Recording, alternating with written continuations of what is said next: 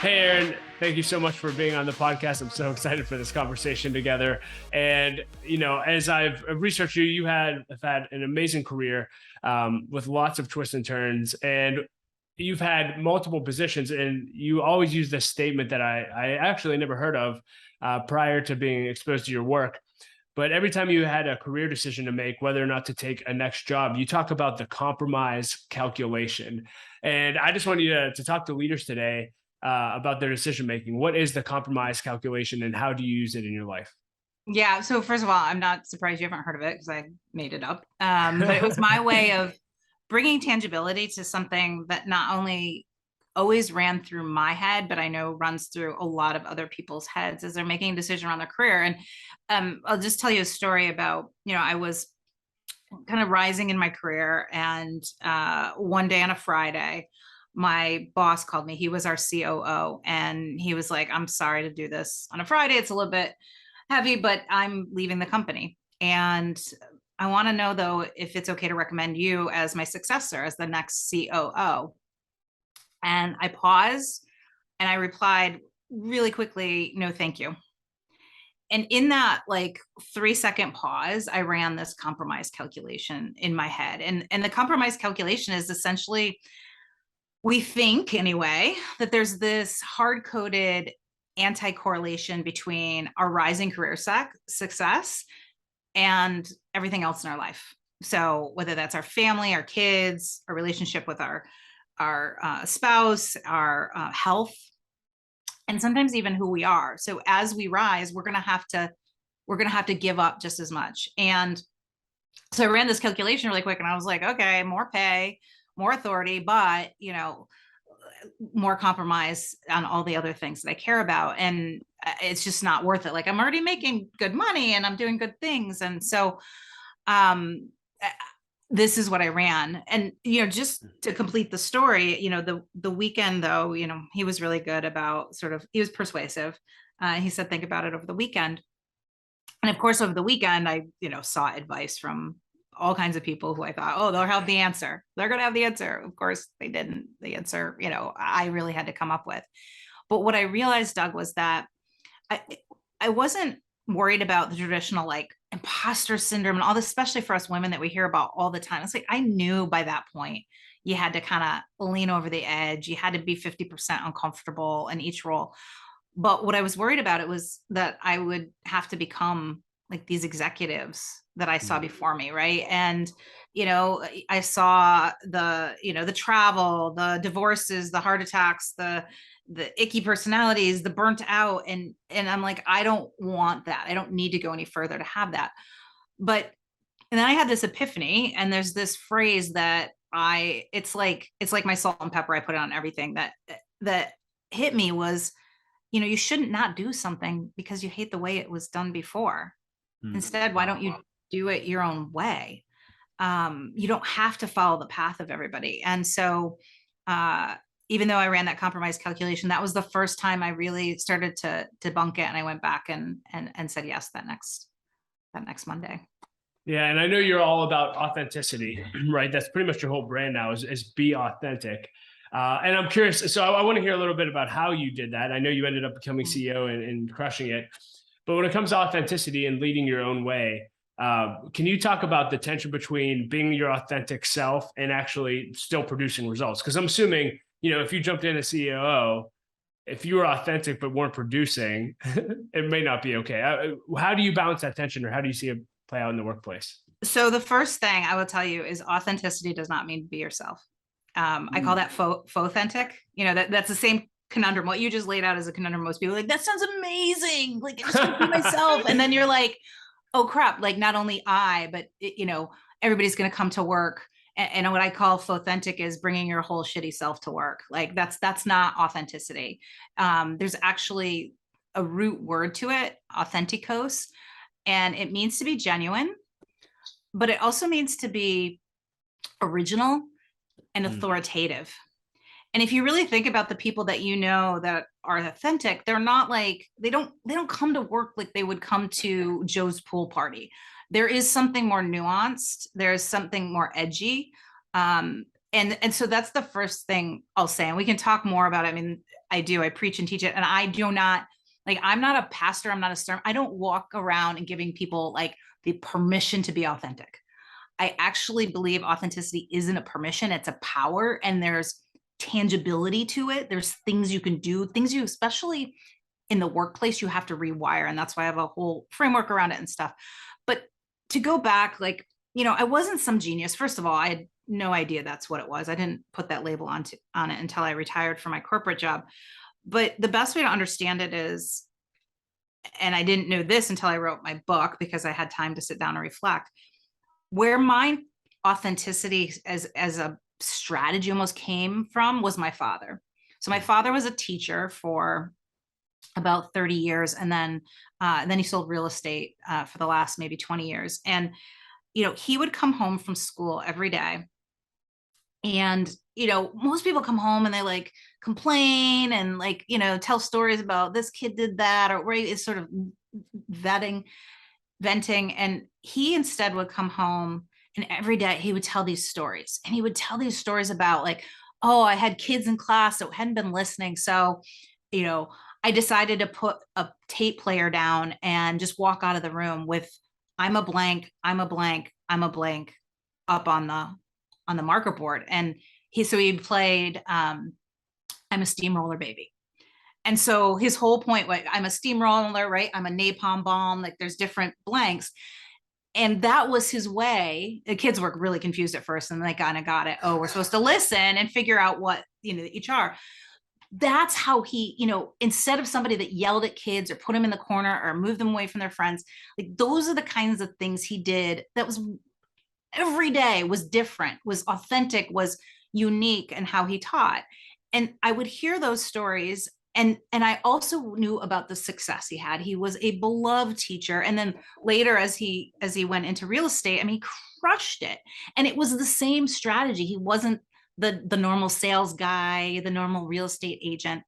And so what I had learned from him was this correlation between doing things differently, doing them your own way, being authentic, and success. And so when I took the COO job and sort of had this epiphany, like I don't have to, sacrifice as much. I don't have to do it just like everybody else.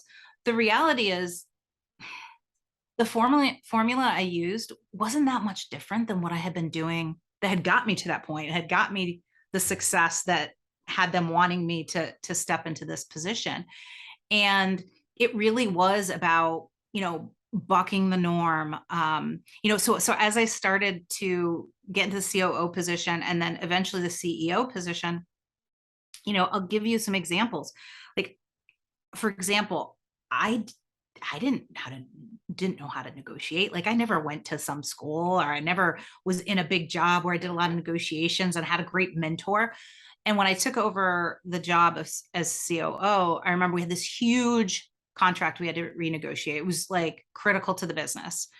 And I went into the meeting, and the guy on the other side of the table, if you will, the other executive, I was like, what's important to you in this? And he's like, I don't think he saw it coming. And he like, of course, when you don't see it coming, what happens? You tell the truth. And then he turned it around to me. He said, well, what's important to you? And actually, I was interim CEO at the time that we were negotiating. And I remember Doug just like puking out. I was like, well, our financials are really struggling. And if I can get this negotiation to a good deal, I'll have a good shot at becoming the CEO. And I was like, oh my God, I can't believe I just told him that.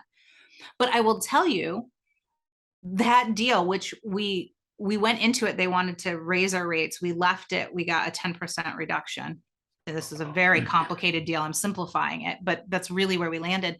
But I firmly believe that the executive on the other end, he really fought for me. He fought against procurement and his lawyers and fought to have this deal more because he was like, yeah, I like Erin, and I'd like to help her try to get into this bigger role, permanently as well.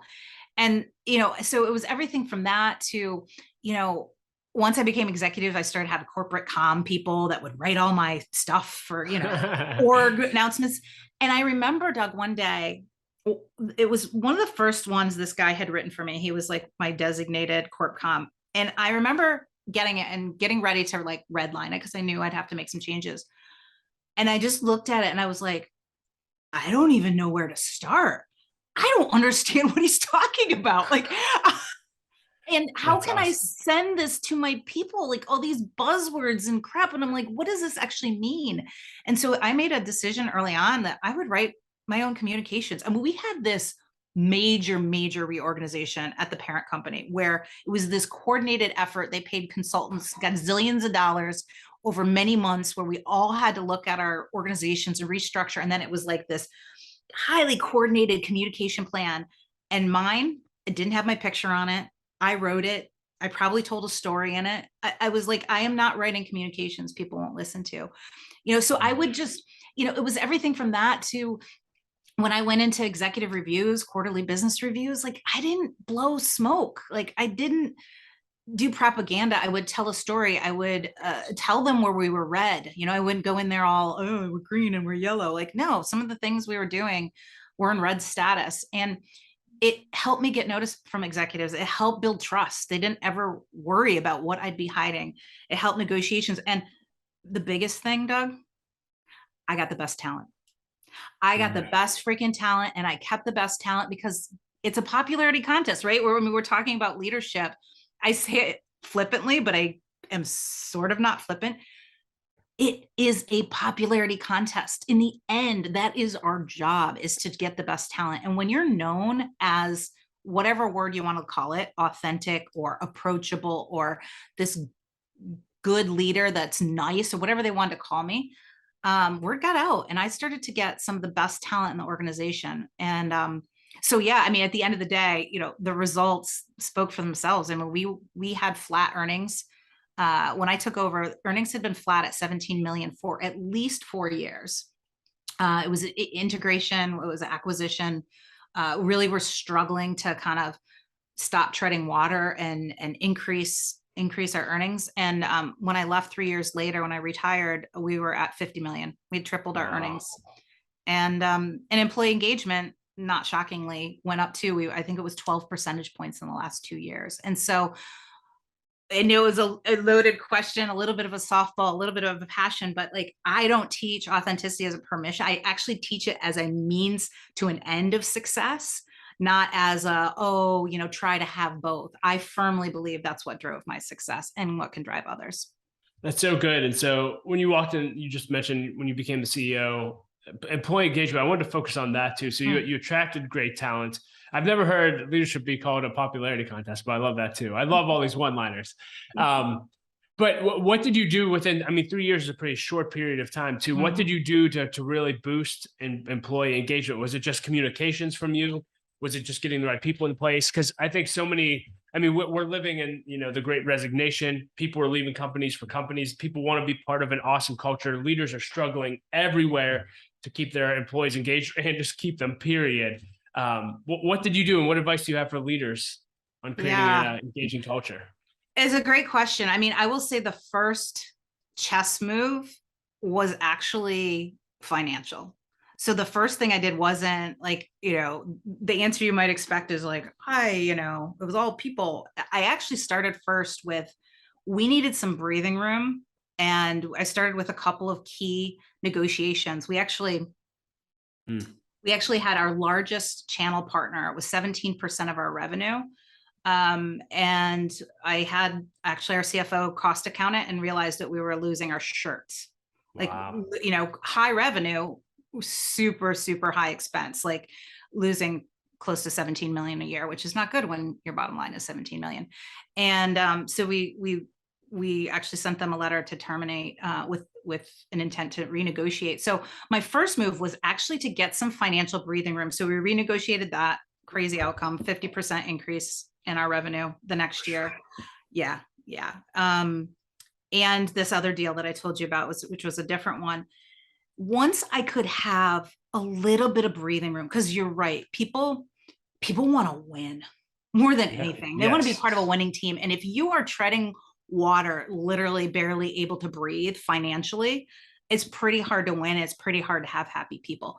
So once we got that breathing room, it was like it was like starting up the car. Okay, it was clunking. We finally got it really started. And then it was about energy. It was about authenticity. It was about me getting involved with the teams in a way that most leaders didn't. Like I said, I wrote all my communications. I told stories. I went and visited teams, but I didn't visit them and do the typical, like, tell me the 72 things that are wrong and we'll take it back to headquarters and fix it. Like, no, I went there and coached them how to start to overcome it and got them excited. And then, once we kind of started to get the vibe going and people get excited, we invested a pretty good penny in leadership coaching. We spent about a year with a group, and we did everything. Every single leader went through it. We had about 100 people leaders in the organization, culminated with a 3-day event at our headquarters. And that was probably the big turning point. Then it was like, okay, after we started doing that, I didn't have to do much, right? Because we had a team that was high performing. There were a few people after that too. And people that are listening know this. One of the things you do with any kind of investment in your people is partly to invest in them and build them up. It's partly to also see who's bought in, who's not. And there's always a few people that don't, they go through all that and they're still kind of not great leaders. And so you've got to make some tough decisions, which we did. But once we got to that place, so I would say it was finding the financial breathing room, increasing the frequency and the vibe through using my authenticity, being somebody people are excited to work with, getting my hands dirty and working with them, and then really investing in them. And that's why it was only 3 years, Doug. It was 4 years if you include COO, 3 years as CEO. The engine was running, and I wasn't as challenged anymore because everybody was off and running and doing great. And even though I wanted to be like, okay, ride this out, like, this is awesome, like, stuff's not blowing up.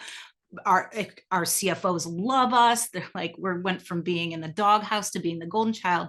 But the reality is, I'm driven by exponential challenge. And so once I had kind of completed that turnaround, it was time to let them set sail and work on my next thing. Well, I'm going to hop into that. I guess my only follow-up question would just be on the communication front. How often did you send out? I think you had 1,000 employees. How often would you communicate? I was just interviewing Ginger Hardage, who was at Southwest for years, and I think their CEO, literally, it's one of their CEOs for like 25 years, sent a weekly video communication. I was like, wow, that is communicating. I'm just curious, what was your cadence as a leader? So I can't tell you a cadence because I don't work well if it's planned, because if it's planned, it feels forced. And if it's forced, it's not authentic. So mine were when I had something to say. Okay. Right. And so sometimes that was 4 times in a month, and sometimes that was once a month. Usually I tried to wrap it around some other things they needed to know, but, have an opportunity to kind of give them an update. But yeah, from a general, but I was always around. I was meeting with different teams. And so communications obviously goes well beyond, the town hall. The town halls we would do once a quarter. But yeah, meeting with teams, to me, communication it goes well beyond sort of that formal, like, email or video that people do. God bless people that can do that.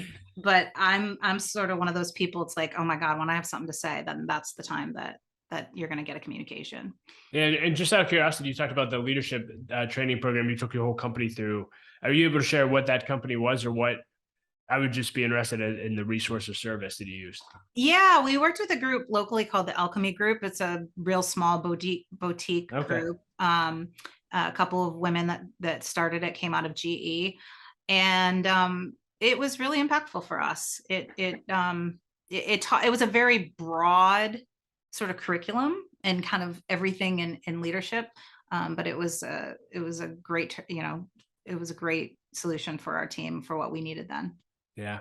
Thanks for sharing. And I did want to just go back and comment when you talked about that first negotiation that you had and just asked what's important to you. Yeah. I think it's so funny. Like so many employee issues could be resolved if you just ask each other, what do you want or what's important to you? Like, that question is a game changer. So I just want to reemphasize, just asking people what's important, like literally that'll solve so much so fast. Right. So thank Yeah. you for sharing that. Yeah. So you had the skyrocket growth in 3 years, but you already shared why you left. I loved it when you said that you need to be exponentially challenged. And so you reached this point where you weren't challenged and you jumped off to do your own challenge. Can you talk about what you jumped to do and what you're doing now?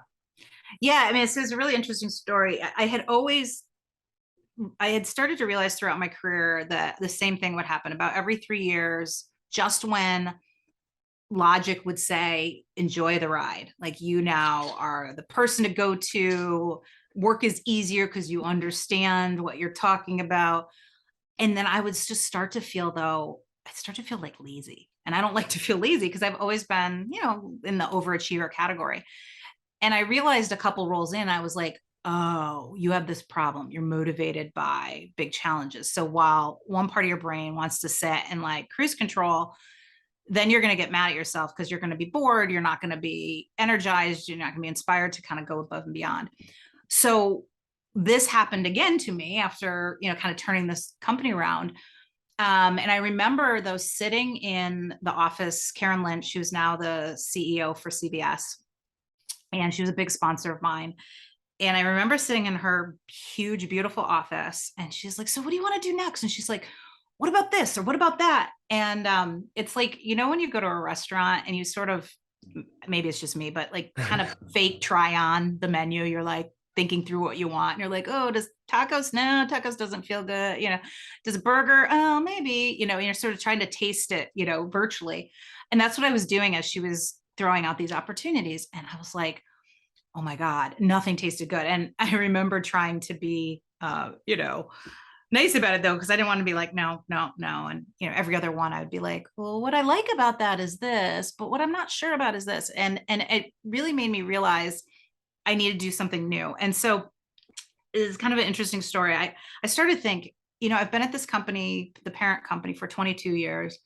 And I feel like maybe I want to go out on my own, or I want to run a smaller healthcare company, or I didn't know exactly what it was. Build a software. I didn't know. It certainly wasn't what I'm doing now. And I was on a plane and I was next to this really nice woman, and she had spent about 10 years in corporate. And then the last like 20 years, she's been running her own HR consulting business. And I'm just asking her question after question, and she just seems so happy, and I'm just diving in. And finally I just stopped and I was like, I'm sorry, I'm asking you so many questions. I said, and this is the first time I'd said it out loud, which is right. This is what we do on planes, because we get these like free, counselors that we know we're never going to see again. And I'm like, I had been thinking it, but so I say out loud to her, I said, because I'm thinking about leaving and doing my own thing.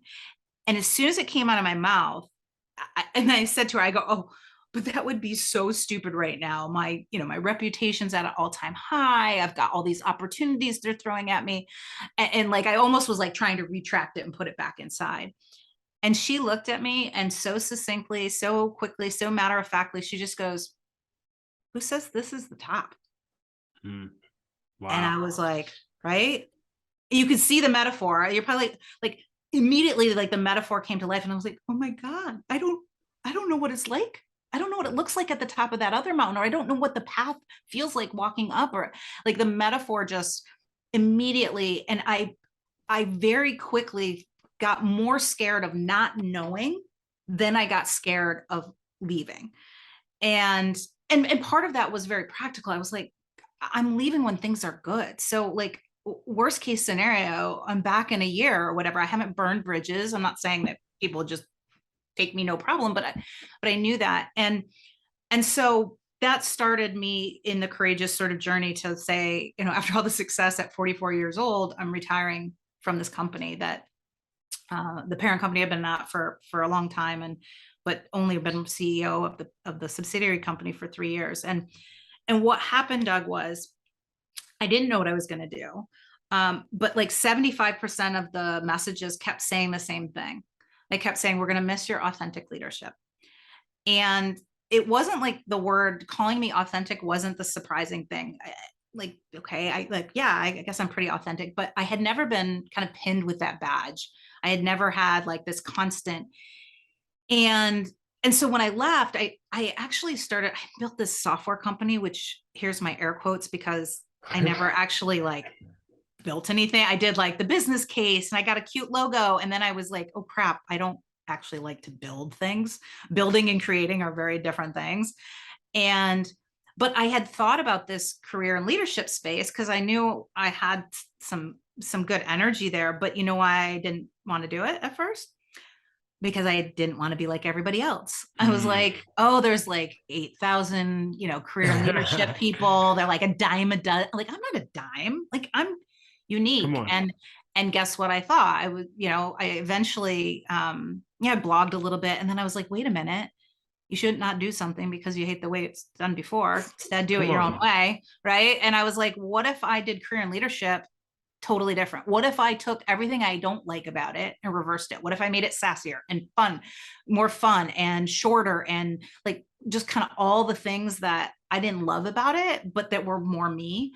And so that's when I really started down this journey and putting the authenticity with that. And it wasn't immediate. It was over the next 6 to 9 months, especially as I started writing my book, because it forced me to slow my roll and think about things till I really connected the dots. Like what I talked about is that not I was authentic and, oh, wasn't that nice to be able to be authentic and have results? I connected the dots that it was my authenticity that drove the results because of the things that I mentioned. And that's when I was like, oh, okay, no, this is what I need to do, because not only are people miserable and I could have gone out and given them permission, but now I can also give them not just permission, but this power to say, and if you are more human and more original and more authentic, you will actually have better results. And that's when it all clicked for me. And I just started, going crazy down this path of trying to change the working world to be more authentic. It's so good. And so before we dive into the lightning round, I'll just say, how is that journey going? And if leaders are listening to this and connecting with you, how can leaders, connect with the work you're doing and take advantage of your services? Yeah, I mean, it's been amazing. And the main reason it's been amazing, Doug, is that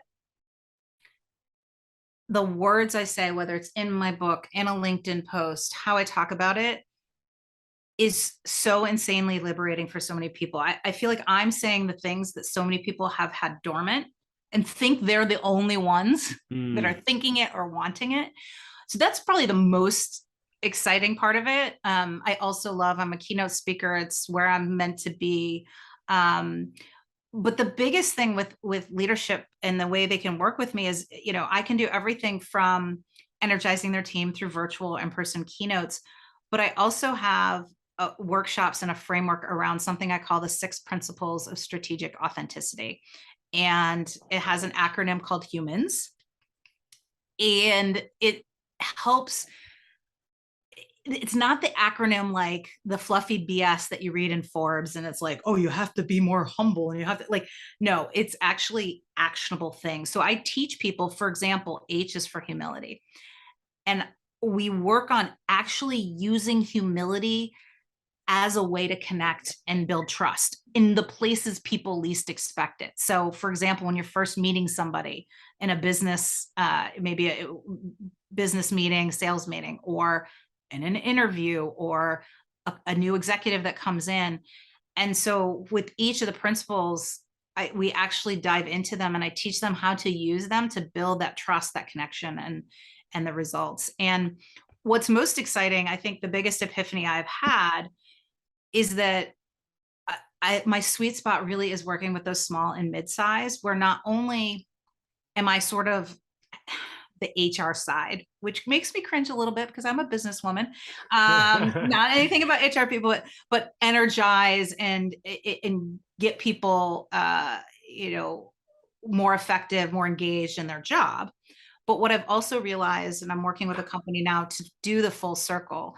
And what I mean by that is to teach them how to fish through sort of the coaching that I do and the consulting I do around humans and around strategic authenticity, but also look at their business and find those places and opportunities, whether it's in their RFP responses or in their sales meetings or how they're talking to customers.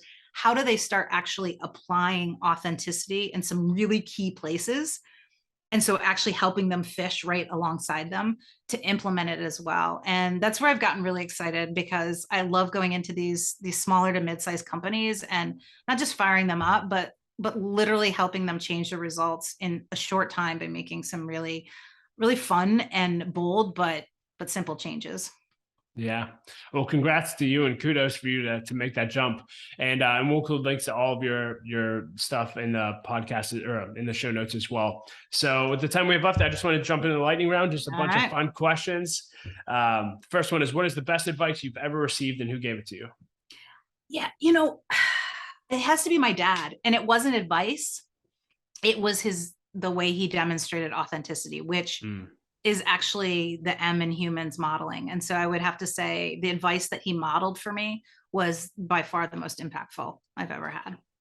If you could put a quote on a billboard for everyone to read, what would it say? People respect authority, but they follow authenticity. What's one or two books that have impacted you deeply in your life that you'd recommend others read?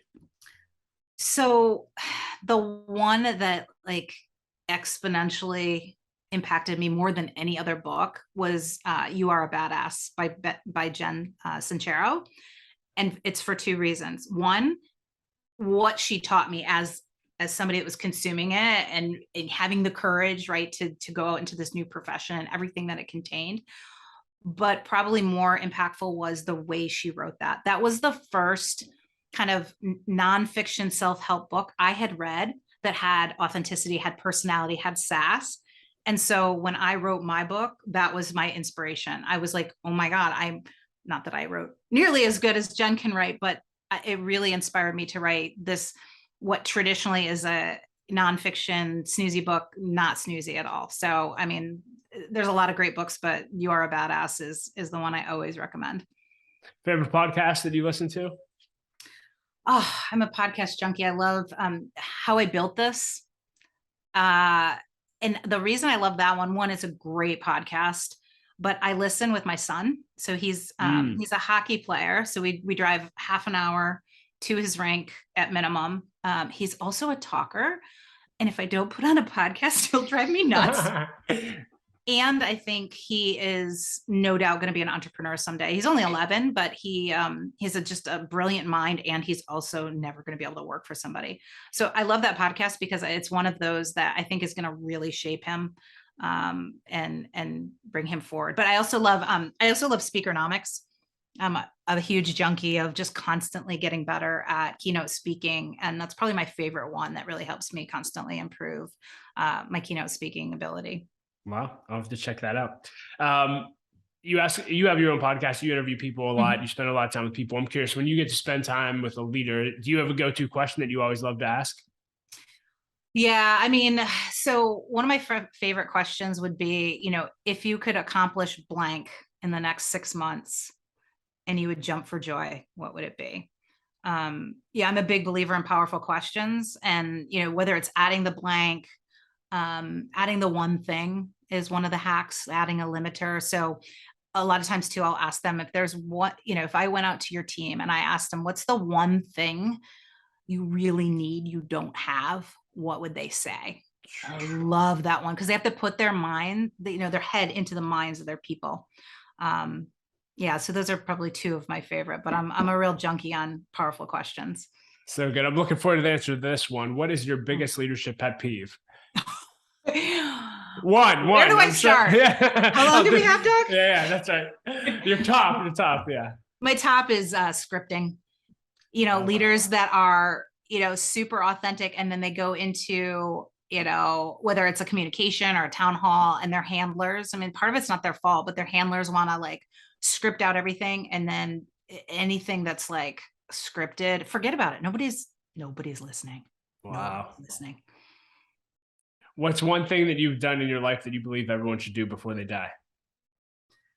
Oh, well, from a fun perspective, I would say it was paragliding in Switzerland. So doing something crazy like that out in the Alps, top moment of my life. Not as sexy and cool. Get a coach. I wish I have an undergraduate degree. I have a master's degree, like so many of your listeners, spent tons of money. Like, where was this concept of understanding I could just pay a coach? And I finally got an executive coach when I was like 3 years into being CEO. I was like, oh, where were you before? So you don't have to be an executive to have a coach. Invest in yourself. Everyone needs a coach. LeBron James has a coach. Everybody has a coach. Get a coach. If you can go back and have coffee with yourself at any age and you'd actually listen to yourself, when would you have coffee with yourself, and what would you tell that version of Erin? So first of all, I'd make sure it was decaf, because I've learned I can't do caffeine at all. You'll figure. For me, it would be probably around 11 or 12 years old. And this isn't professional. This is a woman. It would be all those things that you hate about your looks, your big arms, your big forehead, like, stop looking at the things that you hate. They're not as bad as you think. Embrace yourself. I mean, that's one thing. If you're listening and you're a woman and you're like about to hit 40 or not 40 yet, I swear to God, there's this magical thing when you become 40, you just start to give like less F's about everything, including your looks. And I, for 40 years, in various capacities, I feel like that was a struggle. And I really wish I could tell my younger self, I don't know, convince her not to worry about it. That's so good. And on the other end of your life, when you get to the end, what do you want to be remembered for? Oh, I mean, a couple things. One, I want to be remembered by my kids to be the person that demonstrated for them what they could be and inspired them to do that, and not for how many soccer games I took them to or how many times I helped them with their homework. I always sort of parent my kids thinking, okay, what if they're on a podcast, let's say when they're like 30 years old, that's the kind of stuff you want to do for them, because we all get on a podcast, right? Like I talked about my father. I'm sure you've heard it from other guests. It's not the stuff we focus on. It's the really more, profound but small and demonstrated things. And then, more broadly, I mean, I want people to be like, oh my God, remember how crappy the working world was before Erin taught us that authenticity was a power. Go. Like, I can't even believe we used to work in an environment that was that stuffy and horrible. That's so great. Well, Erin, this conversation has been rich. Thank you for being authentically you and not just keeping that to yourself, but sharing it with the world. You're impacting leaders and people everywhere and making a difference. So thank you so much. And hopefully we'll get to do this again sometime. You're welcome. Thanks for having me on.